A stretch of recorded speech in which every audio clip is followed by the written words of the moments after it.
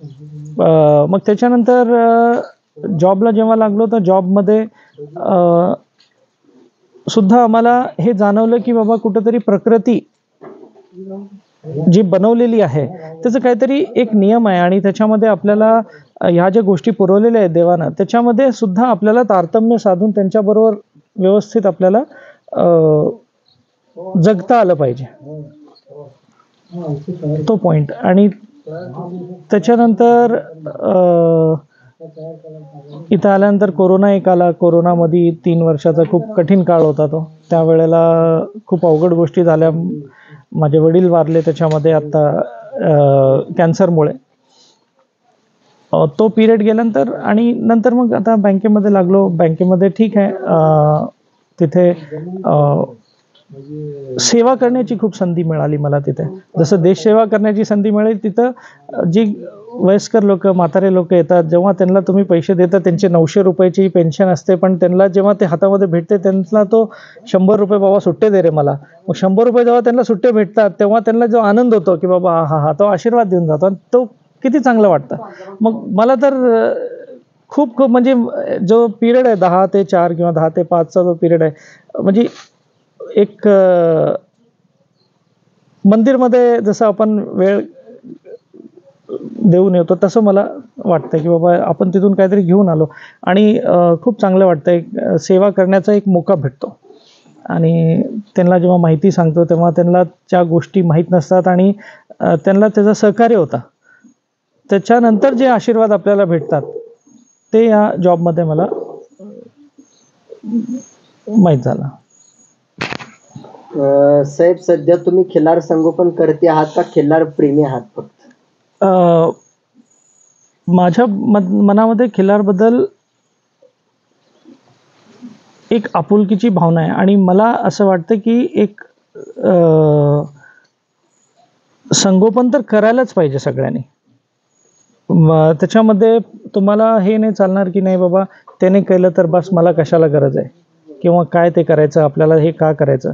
पण गाईचं महत्त्व आपण कमी करून चालणारच नाही आहे. गाईला जर सोडलं तर आपली संस्कृती पण हळूहळू विलुप्त होणार.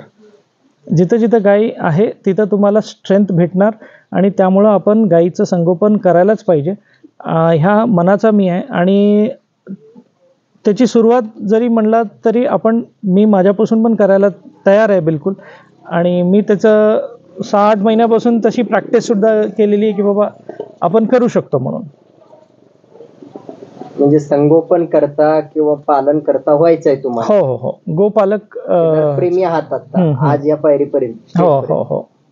तर मंडळी लक्षात ठेवा, जर एक खिल्लार प्रेमी असताना खिल्लार संगोपन करता नसताना सुद्धा आज एवढ्या अनुभवांचा साठा जर आपल्या पुढे मांडत असेल तर आज आपण सांभाळून किती अनुभवाचा साठा जगाला सांगतो ही विचार करण्याची गोष्ट आहे मुलाखतीमधून. आणि शेवटचं तात्पर्य, ज्याच्या जवळ आहे त्याला किंमत कळत नाही, ज्यांच्याकडे नाही त्यांना किंमत कळते. बरोबर. हे आजचं ह्या चर्चेचं तात्पर्य मी उघड मनाने सांगू शकतो. आज म्हणून तो प्रश्न विचारला की आज तुम्ही स्वतः सांभाळताय का? नाही सांभाळता, अजून तयार करायचंय, त्यांना सुरुवात करायची. तरी त्यांनी एवढा अनुभवाचा साठा सांगितला की खरंच तो अनुभवाचा साठा पुस्तक जरी बनवलं तर खूप मोठं पुस्तक तयार होईल. मला वाटत नाही ते पुस्तक लिहिल्यानंतर कोण वाचेल, पण मात्र तुम्ही ऐकायला आणि भेटायला विसरू नका. जसं स्वतः साहेबांनी घडवली गोष्ट वास्तव स्वरूपात भेट. पुस्तकाच्या पुढची, पुस्तक हे नंतर. तर अशी गोष्ट तुम्ही करायला शिका, वास्तव भेट घ्यायला शिका. आणि ज्यांच्याकडे आहे, ज्यांच्याकडे खिलार आहे आणि जे स्वतः वास्तव आहे, ज्यांचं हात पाय म्हणा, तोंड म्हणा, त्यांचं आयुष्य म्हणा, शरीर म्हणा, वेळ म्हणा, सर्व काही त्याच्यामध्ये आहे, तर त्यांनी तर आज फास्ट घडाघडा आणि ठळक शब्दात आणि व्यवस्थित पूर्ण अनुभवासहित या खिल्लार शेतकरी सायन्स चॅनलच्या प्लॅटफॉर्मवरती तुम्ही मांडू शकता आणि जनजागृतीला एक कारणीभूत ठरू शकता. त्यातून एक समाजसेवा सुद्धा होऊ शकते. नक्की होऊ शकते. साहेब धन्यवाद. धन्यवाद. धन्यवाद मॅडम धन्यवाद. तुम्ही बराच वेळ दिला. मला माहित नाही तुम्ही तुमच्या आयुष्यात इतका वेळ दिला असेल नसेल, पण मला एक अनुभव आहे की खिलार या नावाचं वेड लागलेला माणूस हा दिवसभर बसलेला तरी उठत नाही. मला ते खिलारमुळे ताकद आली. मी आज 1 मिनिट सुद्धा स्टेजवर जात नव्हतो. मी आज 1 मिनिट सुद्धा कोणासमोर असं बोलायला उभारत नव्हतो, किंवा मला भाषण तयार करून माझे बोलताना हातपाय थरथर कापत होते. त्यावेळेला बोलायला लागायचं, मी बोलायला असा मानवर करून लाजत होतो पहिला. पण ही देणगे जे कुठंतरी आदल्या जन्मी माझ्या आईकडच्या आज्या पंजाचं पुण्य असू द्या, वडिलाकडच्या आजी आजोबांचं पंजोबाचं पुण्य असू द्या, मला माणसाच्या जन्माला जन्म घातला. शी आता एक परडीवाली बाई आलती का, काय म्हणली आमचा राजू एवढंच कधी बोलला नाही, आज एवढं कसं काय बोलायला लागलाय म्हणते. म्हणजे त्याला मी म्हणतोय पाठीमागचं कुठलं तर पुण्य म्हणून माझी तुमची गाठभेट झाली, कधीच बोलत आणि एक धाडशी वृत्तीनं चांगलं चवीचं जगापुढे मांडायसाठी मला ताकद दिली. हे नक्की आपण चांगलं एकाच विचारानं बाहेर पडलोय, फक्त जन्मदात्याच्या विचाराची चाकरी करायची. त्या माणसाने परवानगी देऊ अगर न देऊ, वडिलांनी परवानगी देऊ अगर न देऊ, आता सुद्धा वडिलांची परवानगी नाही या कामाला.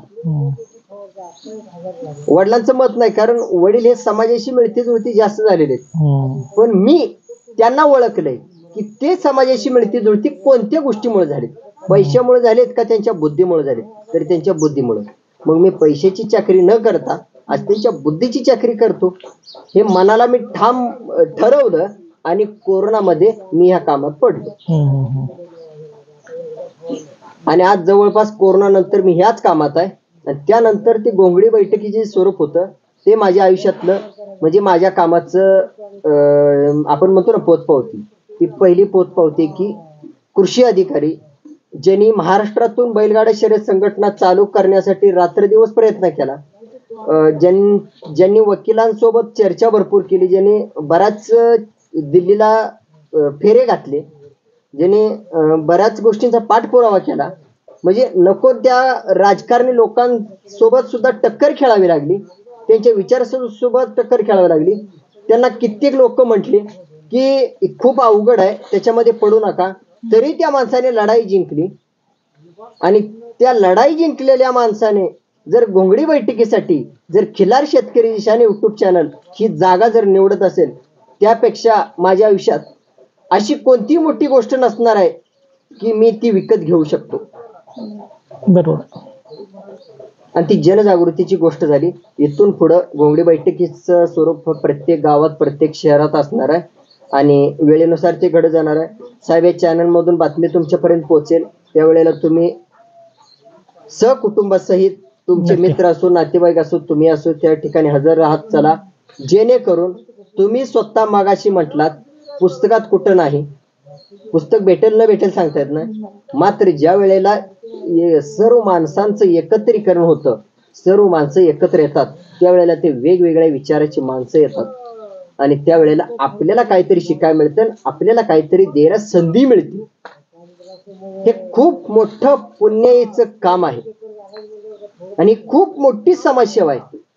विचारही करू शकत नाही या पृथ्वी तलावरती एवढी मोठी समाजसेवा आहे. पण आज खिलार संगोपन करता होणं तेवढंच जिकिरीचं काम, तेवढंच कष्टाचं काम आहे, तेवढंच बारीक लक्ष देऊन काम आहे. आणि त्याच्यासारखं त्यात पोहल्यानंतर हे जगात सोपं कोणतंच काम नाही. त्यामध्ये पडायच्या अगोदर खूप जिकिरीच काम वाटते आणि एकदा जर तुम्ही त्यात प्रवेश केला, तुमच्या कितीतर पिढ्या तुम्ही 100 वर्ष जगण्यासाठी तुमचं विचार कारणीभूत ठरतात. तुमचं विचार तुमच्या कर्तृत्वात उतरलेला असतात. बरोबर. कर्तृत्वात उतरल्यानंतर ऑटोमॅटिक ते कर्तृत्व घडत जातं, त्यानंतर ते कर्तृत्व पुढच्या पिढीला घडत जातं. साहजिकच आहे. तर आज मला एक आनंद झाला, तुम्ही वेळ दिलात.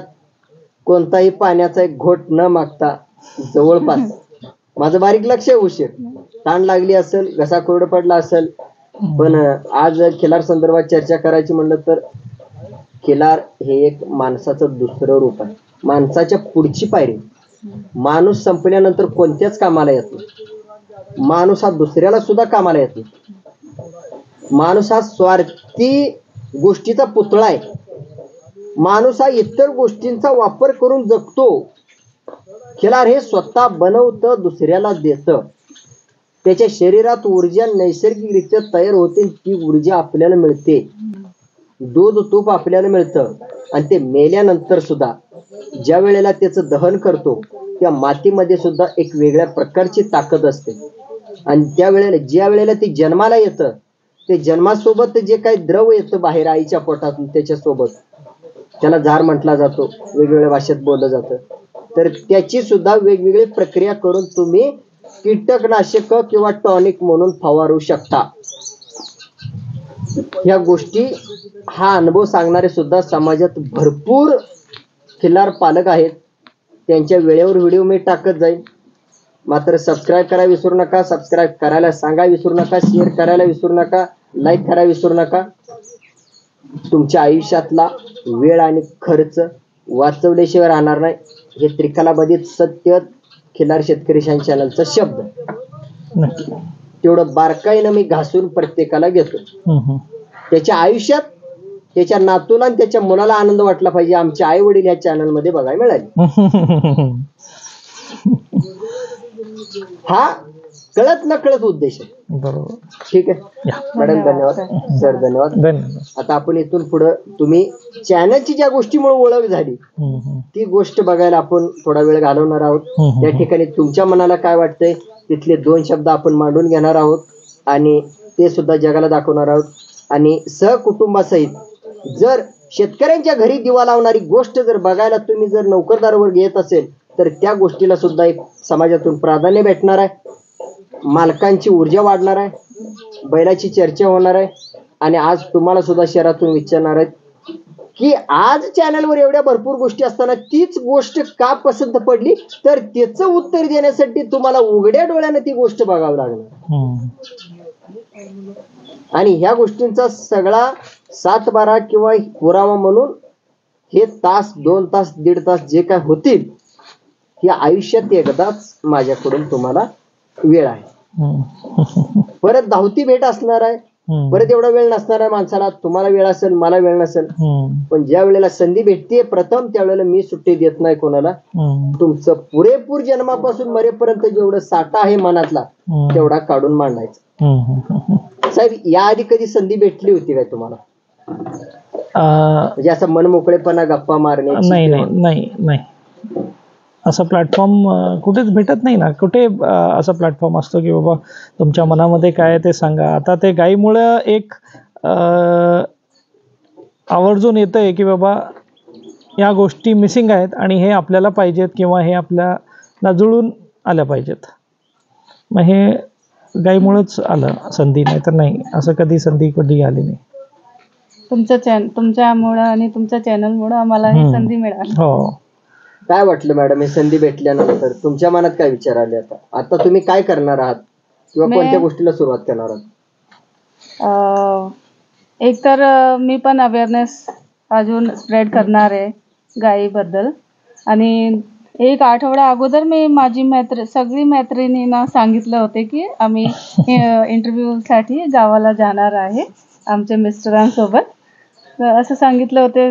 त्यांना पण खूप अभिमान वाटला की अच्छा तुम्ही गावाला जाणार आहे, आम्हाला पण लिंक पाठवा असं म्हणले होते त्याने की आम्हाला पण बघायचे आणि कोणता चॅनल आहे हे सगळं आम्ही सांगितलं त्यांना. किती पाहिजे हो? तुम्हाला कधी संधी भेटली होती का या दिवसाच्या अगोदर? कधी एवढा उशीर बसला होता का तुम्ही?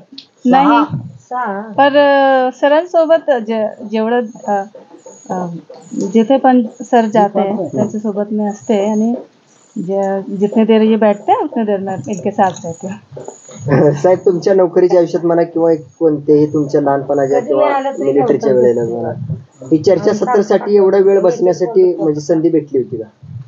नाही नाही, एवढं तर म्हणजे अशा मुद्द्यावर तर कधीच नाही चर्चा झालेली. ही पहिलीच वेळ आहे की अशी चर्चा आहे की बाबा आपल्याला आपल्या संस्कृतीशी निगडीत काहीतरी आहे आणि त्या गोष्टीचं संवर्धन करण्याची संधी आपल्याला भेटेल का देवाच्या आशीर्वादाने, आणि ती चळवळ स्वरूपाने आपण उभी करू शकतो असं माझ्या मनात येतं आहे. आणि तुम्हाला सहकार्य म्हणून तुम्ही जर मला 1000 लोकांच्या समोर जरी सांगाल तर मी कॉन्फिडेंटली सगळ्या गोष्टी त्यांच्या मनापर्यंत पोचतील ह्या भावनेने मी बोलू शकेन असं मला तर आतून वाटतं. आणि ही चळवळ खूप मोठी होईल. कमीत कमी आपल्या एरियामध्ये सोलापूर क्षेत्रामध्ये तर आपण हे प्रयत्न करूया की बाबा प्रत्येक महिन्याला 2-4 खिल्लार गाई तरी लोकांनी पाळायला सुरुवात करायला पाहिजे. प्रत्येकाच्या घरात जी एक भावना आहे, प्रत्येक संत महात्मा मी बघितलं, बाबा रामदेव असू दे, प्रेमानंद महाराज असू दे, सगळे म्हणतात सबके घर के सामने एक गाय होनी चाहिए. होनी चाहिए वो एक बहुत ही आदर्श कल्पना आहे, पण त्या कल्पनेला कुठेतरी प्रॅक्टिकल रूप पण आलं पाहिजे. आणि पहिला असायच्या सगळ्याच्या घराच्या समोर गाय असायच्या. आता फक्त आपण सिमेंटमध्ये राहतो त्यामुळं काय गाई ठेवायची नाही का? का बरं? असं तर काही नाही आहे की बाबा ठेवू नये, पण ते का तर मिस झालं लिंक, ते आपल्याला बरोबर परत जुळून आणून ते सुरू करायचं. आणि ही चळवळ मोठी करून प्रत्येकाच्या घरामध्ये आपण जसं गीर गायचं हे झालं की नाही, प्रत्येकाच्या घरात गीर गाय त्यांनी पोचवली. कोण पोचवली, कशी पोचवली, ठीक आहे, चांगलं आहे ते. प्राणी मात्रांचं आपल्या गीर गायचं नाही, आपल्या खिल्लार गायचं नाही केले, गीर गाय आली, ठीक आहे. पण आता आपल्या खिल्लार गायचं पण आपण त्याच प्रमाणे प्रसार करून आध्यात्मिक म्हणा, बिझनेस पॉइंट ऑफ व्ह्यू न म्हणा, आणि उत्पन्न शेतकरीला व्हावा त्याच्यातून, त्या पॉइंट ऑफ व्ह्यूनं पण आपण त्याचं बघितलं पाहिजे. आणि आपण त्याच्यासाठी सगळ्यांनी प्रयत्न केले पाहिजेत. नोकरदार असू दे किंवा शेतकरी असू दे किंवा शासकीय अधिकारी असू दे, सगळ्यांनी एक हातात हात घेऊन कसं आपल्याला वाढवता येईल. का की खरं सोनं आहे हे, आपण म्हणतो ना गोल्ड आहे, तर सगळ्यांच्या घरात हे पोचलं पाहिजे, कोणत्या ना कोणत्या रूपाने तर पोचलं पाहिजे. तर त्याच्यासाठी काय प्रयत्न करता येईल ते आखीव रेखीव कार्यक्रम करून, शेड्यूल बनवून आपण महिना टू महिना कसं प्रगती करतो ते बघून 3-4 लोकांची टीम, 4-5 लोकांची टीम करून आपल्याला हे वाढवायलाच पाहिजे. आणि आपण थोड्या लोकांनी पुढाकार घेतला की मग एकदा गणगोत आलं, आपलं सगळ्यांच्या मनामध्ये आहे. तुम्ही जरी म्हणलात ना की बाबा माहीत पडत नाही, पण मला असं वाटतं की सगळ्यांच्या मनामध्ये, जी सिटीमध्ये राहतात त्यांच्या मनामध्ये आहे की काहीतरी चांगलं असायला पाहिजे आपल्या, पण तो मार्ग नाही आहे, कोण सांगणारं नाही आहे. आणि जे सांगणार आहे त्यांना पण, आता आजीबाई ते 13व्या माळ्यावर असते बाल्कनीमध्ये, तिनं बिचारी खाली उतरू शकत नाही, वर जाऊ शकत नाही. 13व्या माळ्यामध्ये तुम्ही त्यांना बंद केलंय. आता ते म्हातारे लोक वर, मग त्यांच्यासोबत त्यांचा जो ज्ञान आहे तो पण त्यांच्या बरोबरच आहे. मग त्यांनी सांगणार कधी आपल्याला, कधी कळणार आपल्याला? मग त्यामुळं त्यांचं पण सहकार्य आपल्याला पाहिजे. आणि वयस्कर लोकांची पण टीम बनवून की बाबा त्यांनी काय मदत करू शकतात, असं काही ना काही करून आपल्याला संगोपन करायलाच पाहिजे. त्याच्यापासून आपल्याला सुट्टी नाही. जर आपण हे असं मागं जाऊ दिलं आपल्याच गाईला, आणि नंतर मग एक काळ असा येईल की कुठंतरी अख्ख्या सोलापूरमध्ये 1 किंवा 2 गाय दिसणार आपल्याला, ते होता कामा नये. आपल्याला संगोपन करायचंच आणि कसल्याही परिस्थितीमध्ये ही चळवळ मोठी करायची, असं माझं तर मानस आहे. आणि मी याच्यासाठी नक्की काम करेन, का की मी आता बाकी कोणती सगळ्या गोष्टी सोडून ह्याच्या मागच म्हणजे फोकस करणार आहे पुढचे 10-15 वर्ष, असं मला वाटतं. म्हणजे तरुण वर्गाला सबस्क्राईब करणाऱ्यांना खूप नशीब आहे की आज नोकरदार वर्ग किंवा आज ह्या विचाराची माणसं सपोर्ट करण्यासाठी आपल्या मध्ये सामील होत आहेत, आणि त्यांचे विचार जगापर्यंत पोहोचवण्यासाठी ही संधी मला मिळत आहे आणि प्रत्येकाला सुद्धा मिळणार आहे. आणि प्रत्येकाचं नाव हे प्रत्येकाला काही ना काही मिळवून देणार आहे, की ह्या चर्चेतून तुम्हाला आज जाणवून येईल. आणि ही चर्चा आज इथं संपवतोय.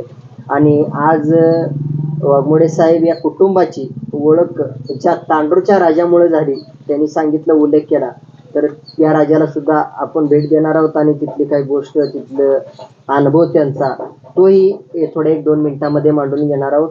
आणि आज यांची इथं भेट पूर्ण होते आणि एक अभिमान वाटला. सरळ पद्धतीनं आलेत. ज्याला सरळ पद्धतीचा अर्थ माहीत नाही त्यांनी आवर्जून जे भेटायला आलेत किंवा एकमेकांपर्यंत भेटायला जातात, तर त्यांना विचारत चला. तर साहेबांनी शेवट एक मुद्दा मांडला होता की त्या मुद्द्याच्या पाठीमाग मला सांगायचं होतं की प्रथम सुरुवातीला एक आस्था ठेवा की मला भेटायचं आहे, मला जायचं आहे, मला बघायचं आहे, प्रत्यक्ष वास्तव बघायचं आहे, ही भावना प्रत्येकाने ठेवत चला.